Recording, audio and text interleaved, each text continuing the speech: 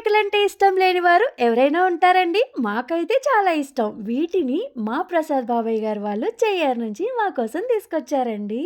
అసల ఈ రేకుల్ని మనం ఇంట్లో చుట్టుకుంటే గనక ఎంత టేస్టీగా ఉంటాయో, ఎంత ఈజీగా ఉంటుందో తెలుసా? ప్రాసెస్‌లోకి వెళ్ళిపోదామా?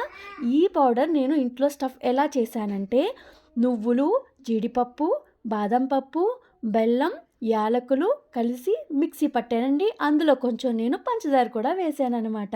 అప్పుడు ఇది ఇలాగా పౌడర్ అవుతుంది. ఆ వీడియో నేను మర్చిపోయి మిక్సీ చేసిన తర్వాత తీశాననమాట.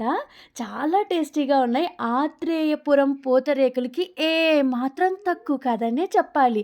ఎందుకంటే హోమ్‌మేడ్ కదండీ! మనం ఇంట్లో అన్నీ హెల్తీగా వేస్తున్నాము. అలాగే నెయ్యి కూడా మా బాబాయ్ గారే తీసుకొచ్చారు. చాలా బావుంది. అసల ఇవి చుట్టడం గూడా చాలా సులువండి. కొనుక్కుంటే ఎంత రేటో గానీ, చాలా రేటే ఉంటాయి. కానీ ఇంట్లో ఎన్ని చేసుకోవచ్చో, ఒట్టి రేకులు కొనుక్కొనొచ్చారు కదా!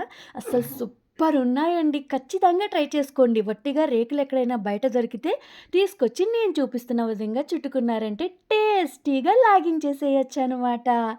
మా బ చాలా బావుంది. మా బాబుకి కూడా నచ్చాయి. మా ఇంట్లో అందరూ కూడా చాలా బాగున్నాయండి. పూతరేకులు ఇష్టమైన వాళ్ళందరూ ఒక్క లైకేసుకోండి. సబ్స్క్రైబ్ చేయండి.